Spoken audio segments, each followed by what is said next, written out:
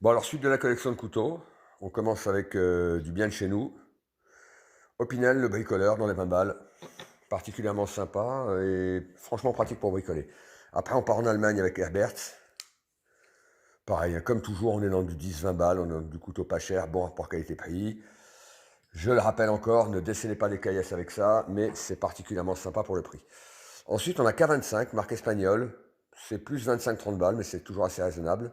Petit, compact, look camo, et assez sympa. Toujours en K25, eh ben, on a le papillon, plutôt réussi. Forme de lame un peu tantôt. Et pareil, robustesse pour le prix, il n'y a rien à dire.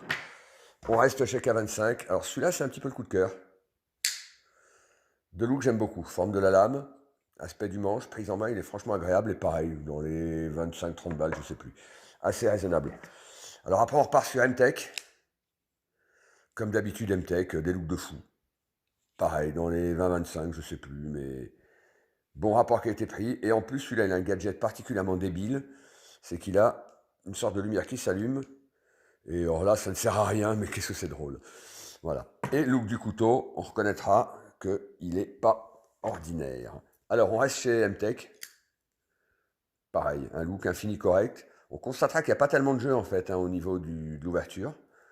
On est sur un machin plutôt robuste pour un prix très convenable, là aussi. Alors après, on va partir en Espagne chez nos copains d'Alba Inox, tiens. Alors par contre, on n'est pas sur d'ouverture automatique, hein, c'est à l'ancienne. Look très sympa, forme de la lame, pas désagréable. Toujours des clips de ceinture, la plupart en ont un. Et là, on est sur un couteau qui vaut pas 10 balles. Là, pareil, hein, sur les sites français traditionnels. Alba Inox, petit, mignon, je crois me souvenir qu'il fait 7-8 euros. Et pareil, pas de jeu dans le roulement. Pour le prix, rien à dire. On finit avec un Z-Hunter. Ah, Z-Hunter, toujours aussi efficace, dans les 20-25. Et pareil, on sent le machin robuste. Je précise quand je dis robuste, pour le prix. Et voilà l'ensemble du moment.